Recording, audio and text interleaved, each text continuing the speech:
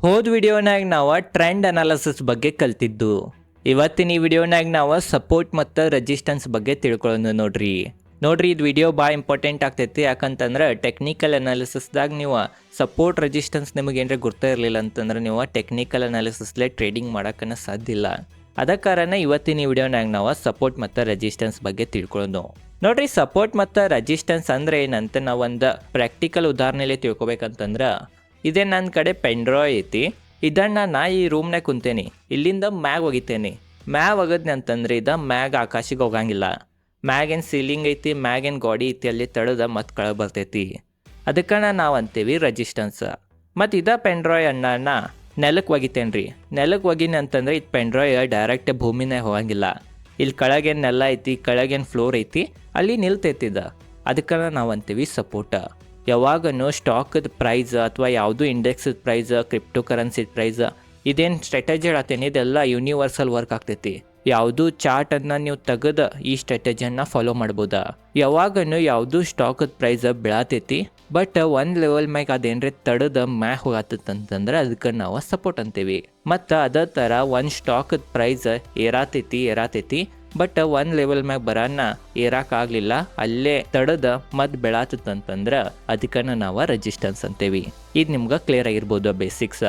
ಬರೀ ಈಗ ನಾವು ಇನ್ನೊಂದು ಸ್ವಲ್ಪ ಡೀಟೇಲ್ದಾಗ ತಿಳ್ಕೊಳ್ಳೋಣ. ನೋಡ್ರಿ, ಇದೇನೈತಿದ್ದ ರೆಸಿಸ್ಟೆನ್ಸ್ ತಿಳ್ಕೊರಿ, ಇದೇನೈತಿದ್ದ ಸಪೋರ್ಟ್ ತಿಳ್ಕೊರಿ. ಯಾವುದು ಸ್ಟಾಕದ ಪ್ರೈಸ್ ಈ ಥರ ಇರೋತ್ ಮುಂದೆ ಇಲ್ಲಿ ತಡೀತಾ, ಇಲ್ಲಿ ತಡದ ಇಲ್ಲಿ ಬೆಳತ್ತಂತಂದ್ರೆ ಇದಕ್ಕೆ ರೆಸಿಸ್ಟೆನ್ಸ್ ಅಂತೀವಿ. ಮತ್ತು ಇಲ್ಲಿ ಸಪೋರ್ಟ್ ತೊಗೊಂಡು ಇಲ್ಲಿ ಮ್ಯಾಗ ಹೋತಂತಂದ್ರೆ ಇದಕ್ಕೆ ಸಪೋರ್ಟ್ ಅಂತೀವಿ. ಯಾಕೆ ಸಪೋರ್ಟ್ ಮತ್ತು ರೆಸಿಸ್ಟೆನ್ಸ್ ಆಗ್ತೈತಿ ಅಂತ ಅದ್ರ ಬಗ್ಗೆ ಈಗ ತಿಳ್ಕೊಳ್ಳೋಣ. ನೋಡ್ರಿ, ಎಕ್ಸಾಂಪಲ್ ಗೋಲ್ಡ್ದ ಎಕ್ಸಾಂಪಲ್ ತೊಗೊಳ್ಳೋಣ. ನೋಡ್ರಿ, ಗೋಲ್ಡದ ಪ್ರೈಸ್ 1.5 ಲಕ್ಷ ಐತಂತ ತಿಳ್ಕೊರಿ. 1.5 ಲಕ್ಷ ಗೋಲ್ಡ್ ಐತಿ, ಅದು ಬಿದ್ದ 1 ಲಕ್ಷಕ್ಕೆ ಬರ್ತೈತಿ. 1 ಲಕ್ಷಕ್ಕೆ ಬರಾನ ಎಲ್ಲರೂ ಬಾಯ್ ಮಾಡಂಗಿಲ್ಲ ರೀ. ಅದು 50,000 ಸೊಸ್ನಾಗ ಸಿಗತೈತಿ, ಎಲ್ಲರೂ ಬಾಯ್ ಮಾಡೋಣಂತ ಎಲ್ಲರೂ ಬಾಯ್ ಮಾಡ್ತಾರೆ. ಅದ ಕಾರಣ ಇದು ಸಪೋರ್ಟ್ ಆಗ್ತೈತಿ ರೀ, ಭಾಳ ಜನರ ಬಾಯ್ ಮಾಡೋಣ. ಮತ್ತು ಅದ ಗೋಲ್ಡ್ 1.5 ಲಕ್ಷಕ್ಕೆ ಮತ್ತೆ ತಲುಪ್ತೈತಿ. ಅವಾಗ ಯಾರು 1 ಲಕ್ಷಕ್ಕೆ ತೊಗೊಂಡಿರ್ತಾನ ಅವಂಗೆ 50,000 ಲಾಭ ಆಗಿರ್ತೈತಿ. ಅದ ಕಾರಣ ಅವೇನಂತಾನ, ನನಗೆ 50,000 ಲಾಭ ಆತ್ಪ ಮಾರ್ಕೊಂಡ್ಬಿಡ್ತೇನಂತ ಮಾರ್ತಾನ. ಅದ ಕಾರಣ ಅದು ರೆಸಿಸ್ಟೆನ್ಸ್ ಆಗ್ತೈತಿ. ಅಂದರೆ ನಾವು ಮತ್ತೊಂದು ಥರ ತಿಳ್ಕೊಬೇಕಂತಂದ್ರೆ, ಯಾವಾಗನೂ ಹೂಡಿಕೆದಾರರ ಅಥವಾ ಟ್ರೇಡರ್ಸ್ ಯಾವ ಲೆವೆಲ್ ಮ್ಯಾಗ ಬಾಯ್ ಮಾಡ್ತಾರೆ ಅದನ್ನು ನಾವು ಸಪೋರ್ಟ್ ಅಂತೀವಿ. ಯಾವ ಲೆವೆಲ್ ಮ್ಯಾಗ ಸೆಲ್ ಮಾಡ್ತಾರೆ ಅದಕ್ಕೆ ರೆಸಿಸ್ಟೆನ್ಸ್ ಅಂತೀವಿ. ಇದು ನಿಮಗೆ ಗುರ್ತಾ ಇರ್ಬೋದು, ಸಪೋರ್ಟ್ ಮತ್ತು ರೆಸಿಸ್ಟೆನ್ಸ್ ಯಾಕೆ ಆಗ್ತೈತಿ ಅಥವಾ ಯಾವ ಥರ ಆಗ್ತೈತೆ ಅಂತಲೂ ನಾನು ನಿಮಗೆ ತಿಳಿಸೀನಿ. ಈಗ ಬರೀ ಇನ್ನೊಂದು ಸ್ವಲ್ಪ ಡೀಟೇಲ್ದಾಗ ತಿಳ್ಕೊಳ್ಳೋಣ, ಯಾವ ಥರ ನಾವು ಸಪೋರ್ಟ್ ಮತ್ತು ರೆಸಿಸ್ಟೆನ್ಸ್ ಮಾರ್ಕ್ ಮಾಡ್ಕೋಬೋದ, ಮಾರ್ಕ್ ಯಾವ ಥರ ಮಾಡ್ಕೋತೇವೆ ಅಂತ ಅದ್ರ ಬಗ್ಗೆ ತಿಳ್ಕೊಳ್ಳೋಣ. ನೋಡ್ರಿ, ಸಪೋರ್ಟ್ ಮತ್ತು ರೆಸಿಸ್ಟೆನ್ಸ್ ಯಾವಾಗನೂ ಒಂದು ಸಲ ಸಪೋರ್ಟ್ ತೊಗೊಂಡು ಮ್ಯಾಗ ಹೊತ್ತಂತಂದ್ರೆ ಇದಕ್ಕೆ ಸಪೋರ್ಟನ್ನು ಅನ್ನಂಗಿಲ್ಲ. ಯಾವಾಗನೂ 2ರಿಂದ 3 ಸಲ ಅದ ಲೆವೆಲ್ ಮ್ಯಾಗ 2 to 3 ಟೈಮ್ಸ್ ಅದ ಲೆವೆಲ್ ಮ್ಯಾಗನ ಸಪೋರ್ಟ್ ತೊಗೊಂಡು ಮ್ಯಾಗ ಹೊತ್ತಂದ್ರೆ ನಾವು ಅದಕ್ಕೆ ಸಪೋರ್ಟ್ ಅಂತೀವಿ. ಅದೇ ಥರ 3ರಿಂದ 2 ಟೈಮ್ ಏನ್ರಿ ರೆಸಿಸ್ಟೆನ್ಸ್ ತೊಗೊಂಡು ಹೋತಂತಂದ್ರೆ ಒಂದೇ ಲೆವೆಲ್ ಮ್ಯಾಗ ಅದಕ್ಕೆ ನಾವು ರೆಸಿಸ್ಟೆನ್ಸ್ ಅಂತೀವಿ. ಎಕ್ಸಾಂಪಲ್ ತಿಳ್ಕೊಬೇಕಂತಂದ್ರೆ ಇದು ಸಪೋರ್ಟ್, ಇದು ರೆಸಿಸ್ಟೆನ್ಸ್. ಈ ಪ್ರೈಸ್ ಬಿತ್ತ ಇದು 100 ರೂಪಾಯಿ ಲೆವೆಲ್ ಐತೆ ಅಂತ ತಿಳ್ಕೊರಿ. ಈ 100 ಮ್ಯಾಗ ಒಂದು ಸಲ ಸಪೋರ್ಟ್ ತೊಗೊಂತ ಮತ್ತು ಮ್ಯಾಗ ಹೋತ. ಈಗ ಒಂದೇ ಸಲ ತೊಗೊಂಡೈತಂದ್ರೆ ಇದಕ್ಕೆ ನಾವು ಸಪೋರ್ಟ್ ಲೆವೆಲ್ ಅನ್ನಂಗಿಲ್ಲ. ಇದು 100 ರೂಪಾಯಿಗೆ ಮತ್ತೊಂದು ಸಲ ಏರಿತ ಮತ್ತೊಂದು ಸಲ ಬಂತ ಇದೇ ಲೆವೆಲ್ ಮ್ಯಾಗನ ಮತ್ತೆ ಸಪೋರ್ಟ್ ತೊಗೊಂಡು ಮ್ಯಾಗ ಹೋತ 100ರದ. ಈ ಥರ 2 ಸಲ ತೊಗೊಂತಂದ್ರೆ ಹೌದಪ್ಪ ಇದು ಸಪೋರ್ಟ್ ಐತಂತ ನಾವು ಅಂತೀವಿ.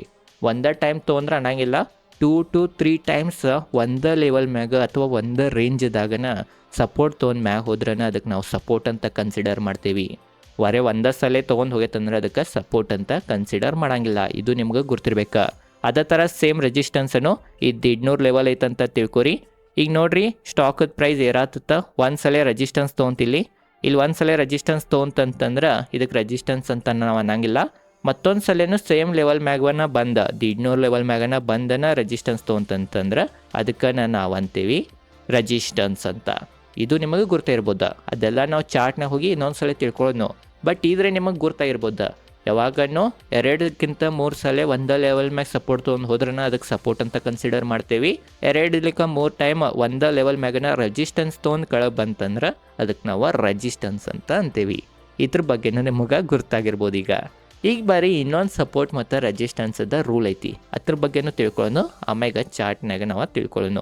ನೋಡ್ರಿ, ಈಗ ಯಾವುದು ಸ್ಟಾಕದ ಪ್ರೈಸ ಬೆಳಾತಿತ್ತ, ಒಂದ್ಸಲ ಸಪೋರ್ಟ್ ತೊಗೊಂತ ಮತ್ತು ಮ್ಯಾಗ ಹೋಗಿ ರೆಸಿಸ್ಟೆನ್ಸ್ ತೊಗೊಂತ ಮತ್ತು ಕೆಳಗೆ ಬಂದು ಮತ್ತೆ ಸಪೋರ್ಟ್ ತೊಗೊಂತ ಮತ್ತು ರೆಜಿಸ್ಟೆನ್ಸ್ ತೊಗೊಂತ ಆಮ್ಯಾಗ ಫೈನಲಿ ಸಪೋರ್ಟನ್ನು ಬ್ರೇಕ್ ಮಾಡಿಬಿಟ್ಟೈತ್ರಿ. ಸಪೋರ್ಟನ್ನು ಬ್ರೇಕ್ ಮಾಡಿತ್ತಂತಂದ್ರೆ ನೆಕ್ಸ್ಟ್ ಇದೇನು ಸಪೋರ್ಟ್ ಐತಿದ ಸಪೋರ್ಟ್ ಉಳಿಯಂಗಿಲ್ಲ. ಇದೇನಾಗ್ತೈತೆ ಅಂತಂದ್ರೆ ರೆಜಿಸ್ಟೆನ್ಸ್ ಆಗ್ತೈತಿ. ಒಂದ್ಸಲ ಸಪೋರ್ಟ್ ಬ್ರೇಕ್ ಆತಂತಂದ್ರೆ ಅದು ನೆಕ್ಸ್ಟ್ ರೆಜಿಸ್ಟೆನ್ಸ್ ಆಗ್ತೈತಿ. ಇದು ನಿಮಗೆ ಗುರ್ತಿರ್ಬೇಕು, ಬರ್ಕೋರಿದ. ಅದೇ ಥರ ಉಲ್ಟಾನು ನೋಡ್ರಿ, ಯಾವುದು ಸ್ಟಾಕ್ ಪ್ರೈಸ್ ಮ್ಯಾಗ ಹೋತ ಒಂದ್ಸಲ ರೆಜಿಸ್ಟೆನ್ಸ್ ತೊಗೊಂತ ಮತ್ತು ಕೆಳಗೆ ಬಂತ, ಮತ್ತೊಂದು ಸಲ ಅದ ಸೇಮ್ ಲೆವೆಲ್ ಮ್ಯಾಗ ರೆಜಿಸ್ಟೆನ್ಸ್ ತೊಗೊಂತ ಮತ್ತು ಕೆಳಗೆ ಬಂತ, ಮತ್ತು ಮೂರನೇ ಟೈಮ್ ಫೈನಲಿ ಆ ರೆಜಿಸ್ಟೆನ್ಸನ್ನು ಬ್ರೇಕ್ ಮಾಡಿಬಿಡ್ತಾ. ಬ್ರೇಕ್ ಮಾಡೋಣದ ನೆಕ್ಸ್ಟ್ ರೆಜಿಸ್ಟೆನ್ಸ್ ಆಗಿ ಉಳಿಯಂಗಿಲ್ಲ, ಅದು ಸಪೋರ್ಟ್ ಆಗ್ತೈತಿ.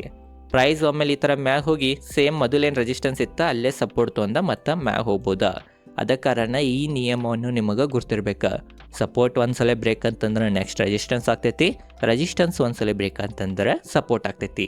ಇದು ನಿಮಗೆ ಗುರ್ತಾತ್ರಿ. ಇಷ್ಟು ಕ್ಲಿಯರ್ ಆತಂತಂದ್ರೆ ನೀವು ಆಲ್ಮೋಸ್ಟ್ ಈಗ 80% ಸಪೋರ್ಟ್ ಮತ್ತು ರೆಜಿಸ್ಟೆನ್ಸ್ ಬಗ್ಗೆ ತಿಳ್ಕೊಂಬಿಟ್ರಿ. ಈಗ ಬರೀ ಚಾರ್ಟ್ನಾಗೂ ನಾವು ತಿಳ್ಕೊಂಬಿಡೋಣ, ಆಮ್ಯಾಗ ಸ್ವಲ್ಪ ಪ್ರಾಕ್ಟೀಸ್ ಮಾಡಿರಿ. ಆಮ್ಯಾಗ ತಂತಾನೆ ನಿಮಗೆ 100% ಸಪೋರ್ಟ್ ರೆಜಿಸ್ಟೆನ್ಸ್ ಬಗ್ಗೆ ಗುರ್ತಾಗ್ಬಿಡ್ತೈತಿ. ನೋಡ್ರಿ, ಈಗ ನಾ ನಿಫ್ಟಿದ ಚಾರ್ಟ್ ಓಪನ್ ಮಾಡೀನಿ. ಇಲ್ಲಿ ಲೆವೆಲ್ಗಳನ್ನು ಮಾರ್ಕ್ ಮಾಡ್ಕೊಂಡೇನಿ. ಇದಕ್ಕಿಂತ ಮೊದಲು ಈಗ ಸದ್ಯ ಏನು ಲೆವೆಲ್ ಇದಾವೆ ಅದ್ರ ಬಗ್ಗೆನೂ ತಿಳ್ಕೊಂಬಿಡೋಣ. ನೋಡ್ಬೋದು ನೀವು, ನಿಫ್ಟಿ 26,300 ಲೆವೆಲ್ ಮ್ಯಾಗ ಹೋಗಾಕನ ಆವತ್ತೈತೆ. ಯಾಕೆ ಹೋಗಾಕಾಗಿಲ್ಲ, ಯಾಕೆ ನಿಫ್ಟಿ ಈ ಲೆವೆಲ್ ಬ್ರೇಕ್ ಮಾಡೋಕ್ಕಾಗಿಲ್ಲ? ಭಾಳ ಸಲ ಇದೇ ಲೆವೆಲ್ ಮ್ಯಾಗ ಬಂದಿತ್ತು ರೀ. ನೀವು ನೋಡ್ಬೋದಾ, ಮಾರ್ಕ್ ಮಾಡಿ ತೋರಿಸ್ತೇನೆ. ಇಲ್ಲಿ ಒಂದನೇ ಸಲ ಬಂದಿತ್ತು. ಯಾವಾಗಂತಂದ್ರೆ ಡೇಟ್ 2024ನಾಗ ಬಂದಿತ್ತು ರೀ. 2024ರ್ಗನ 26,000 ಲೆವೆಲ್ಗೆ ನಿಫ್ಟಿ ಬಂದಿತ್ತು. ಆಮ್ಯಾಗ ಇಲ್ಲೂ ನೋಡ್ಬೋದು 2025ನಾಗೂ ಹಲವಾರು ಸಲ ಬಂತ, 2026ನಾಗೂ ಬಂತ. ಬಟ್ ಇದ ಲೆವೆಲ್ ಮ್ಯಾಗನ ರೆಜಿಸ್ಟೆನ್ಸ್ ತೊಗೊಂಡು ಯಾವ ಥರ ಬೀಳತೈತಂತ ನೀವು ನೋಡ್ಬೋದು. ಅದೇ ಕಾರಣ ಇಲ್ಲಿ ಒಂದು ಸಲ ರೆಜಿಸ್ಟೆನ್ಸ್ ತೊಗೊಂತ, 2 ಸಲ ತೊಗೊಂತ, 3 ಸಲ ತೊಗೊಂತಂತಂದ್ರೆ 4ನೇ ಸಲೇನು ರೆಜಿಸ್ಟೆನ್ಸ್ ಅದ ಲೆವೆಲ್ ಮ್ಯಾಗನ ತೊಗೊಳ್ಳೋದ ಚಾನ್ಸಸ್ ಭಾಳ ಹೆಚ್ಚಾಗ್ತೈತಿ. ಅದ ಕಾರಣ ಮತ್ತೆ ಇಲ್ಲೇ ತೊಗೊಂತ ಮತ್ತು ಬೀಳಾಕ ಸ್ಟಾರ್ಟ್ ಆತ. ಅದ ಕಾರಣ ಇದು ನಿಮಗೆ ಗೊತ್ತಿರ್ಬೋದು ಯಾವ ಥರ ಲೈವ್ ಚಾರ್ಟ್ನಾಗ ಸಪೋರ್ಟ್ ಮತ್ತು ರೆಜಿಸ್ಟೆನ್ಸ್ ವರ್ಕ್ ಆಗ್ತೈತಂತ. ಇಲ್ಲಿ ಮತ್ತೊಂದು ಉದಾಹರಣೆ ತೊಗೊಂಡೇನಿ. ನೋಡ್ಬೋದು ಇಲ್ಲಿ ನೀವು, ಡೇ ಚಾರ್ಟ್ ತೊಗೊಂಡೇನ್ರಿ ನಾ. ಡೇ ಐತಿ ಇದಂತಂದ್ರೆ ಒಂದು ಕ್ಯಾಂಡಲ್ ಒಂದು ದಿನದ ಐತಿ. ಅದ್ರ ಬಗ್ಗೆನೂ ಎಲ್ಲ ನಾವು ನಾಳೆ ವಿಡಿಯೋನಾಗ ತಿಳ್ಕೊಳ್ಳೋಣ. ನಾಳೆ ವಿಡಿಯೋನಾಗ ಇದೇನು ಸಾಫ್ಟ್ವೇರ್ ಐತಿ ಟ್ರೇಡಿಂಗ್ ವ್ಯೂವರ್, ಇದ್ರದ್ದೆಲ್ಲ ಟೂಲ್ಸ್ ಬಗ್ಗೆ, ಇದೇನು ಪ್ರೈಸ್ ಐತಿ, ಇದೇನು ಟೈಮ್ ಐತಿ, ಎಲ್ಲ ನಾವು ಡೀಟೇಲ್ದಾಗ ತಿಳ್ಕೊಳ್ಳೋಣ. ಇದು ಇಂಡಿಕೇಟರ್ ಬಗ್ಗೆ, ಎಷ್ಟು ಥರದ್ದು ಚಾರ್ಟದ ವಿಧಾನ ಇರ್ತಾವೆ ಅದ್ರ ಬಗ್ಗೆನೂ ತಿಳ್ಕೊಳ್ಳೋಣ. ನೋಡ್ರಿ, ಈಗ ಇದು ಸಪೋರ್ಟ್ ರೆಜಿಸ್ಟೆನ್ಸ್ ಮತ್ತೊಂದು ಉದಾಹರಣೆ ತೊಗೊಂಡೇನಿ. ಇದು 2024ನೇ ಆಗೈತಿ. ನೋಡ್ಬೋದು ಇಲ್ಲಿ ಒಂದು ಸಲ ಸಪೋರ್ಟ್ ತೊಗೊಂತ್ರಿ, ಇಲ್ಲಿ 2 ಸಲ ತೊಗೊಂತ. ಅದ ಕಾರಣ ಇದು ಒಂದು ಝೋನ್ ಮಾರ್ಕ್ ಮಾಡ್ಕೊನಿ. ನಾ ಯಾವಾಗೂ ಈ ಥರ ಝೋನ್ ಮಾರ್ಕ್ ಮಾಡ್ಕೋಬೇಕ್ರಿ. ಹಿಂಗೆ ಒಂದೇ ಲೈನ್ ಮಾರ್ಕ್ ಮಾಡ್ಕೊಂಡ್ರೆ ವರ್ಕ್ ಆಗಿಲ್ಲ. ಯಾಕಂತಂದ್ರೆ ಒಂದೊಂದು ಸಲ ಮಾರುಕಟ್ಟೆ ಸೇಮ್ ಲೆವೆಲ್ ಮ್ಯಾಗನ ಬರ್ತೈತಂತ ಗ್ಯಾರಂಟಿ ಇರೋಂಗಿಲ್ಲ. ಅದೇ ಕಾರಣ ನಾ ಏನು ಮಾಡೀನಿ ಅಂತಂದ್ರೆ ಇಲ್ಲಿ ಭಾಳ ಕ್ಯಾಂಡಲ್ ಇದ್ದು, ಅದ ಕಾರಣ ಇವೆಲ್ಲ ಕ್ಯಾಂಡಲ್ಗೆ ಟಚ್ ಆಗೋ ಹಂಗೆ ಒಂದು ಲೈನನ್ನು ಮಾರ್ಕ್ ಮಾಡ್ಕೊನಿ ಅಥವಾ ಒಂದು ಬಾಕ್ಸನ್ನು ಮಾರ್ಕ್ ಮಾಡ್ಕೊನಿ. ಆ ಬಾಕ್ಸ್ ಇಲ್ಲಿಂದ ಮಾರ್ಕ್ ಮಾಡ್ಕೋಬೋದಾ, ನಾಳೆ ವಿಡಿಯೋನಾಗ ನಾವು ತಿಳ್ಕೊಳ್ಳೋಣ.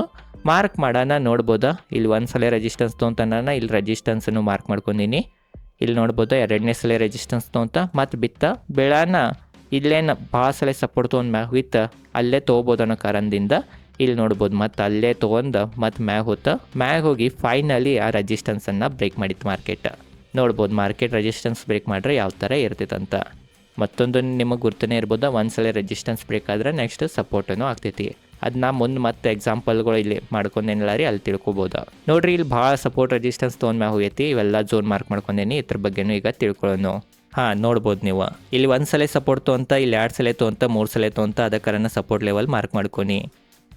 ಮತ್ತು ಇಲ್ಲಿ ನೋಡ್ಬೋದು, ಒಂದು ಸಲ ರೆಜಿಸ್ಟೆನ್ಸ್ ತೊಗೊಂಡಿತ್ತೆ, 2 ಸಲ ರೆಜಿಸ್ಟೆನ್ಸ್, 3, 4 ಆಮೇಲೆ ಫೈನಲಿ ರೆಜಿಸ್ಟೆನ್ಸ್ ಬ್ರೇಕ್ ಆತ.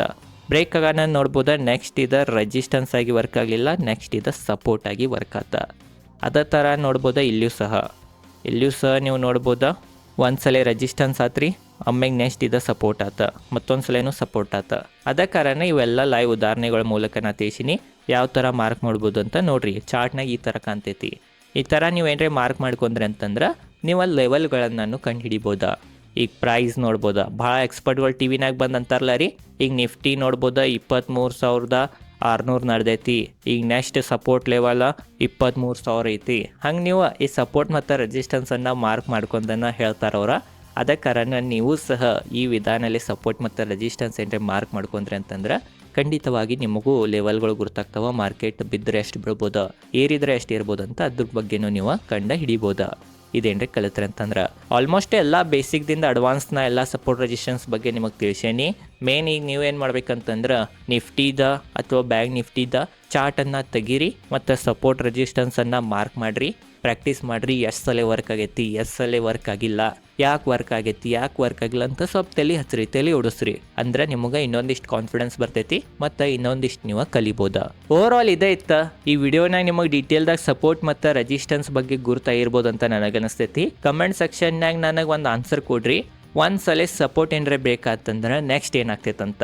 ಇದೈತಿ ಇವತ್ತಿನ ಈ ವಿಡಿಯೋ. ನಾಳೆ ಮತ್ತೊಂದು ವಿಡಿಯೋನಾಗ ಟ್ರೇಡಿಂಗ್ ವೇವ್ದಿ ಸಾಫ್ಟ್ವೇರ್ ಯಾವ ಥರ ನಾವು ಕಲಿಬೋದಂತ ಅದ್ರ ಬಗ್ಗೆ ತಿಳ್ಕೊಳ್ಳೋಣ. ಅದಕ್ಕೆ ಕಾರಣ ಚಾನಲ್ ಸಬ್ಸ್ಕ್ರೈಬ್ ಮಾಡಿಲ್ಲ ಅಂದ್ರೆ ಸಬ್ಸ್ಕ್ರೈಬ್ ಮಾಡಿರಿ. ವಿಡಿಯೋ ಹೆಂಗೆ ಅನ್ಸಿತ್ತು ಅಂತ ಕಮೆಂಟ್ ಸೆಕ್ಷನ್ ತಿಳಿಸ್ರಿ. ಇದೇ ಥರ ಸ್ಟಾಕ್ ಮಾರ್ಕೆಟ್ ರಿಲೇಟೆಡ್ ಕನ್ನಡದ ವಿಡಿಯೋ ಮಾಡ್ತಿರ್ತೇನೆ. ಧನ್ಯವಾದಗಳು.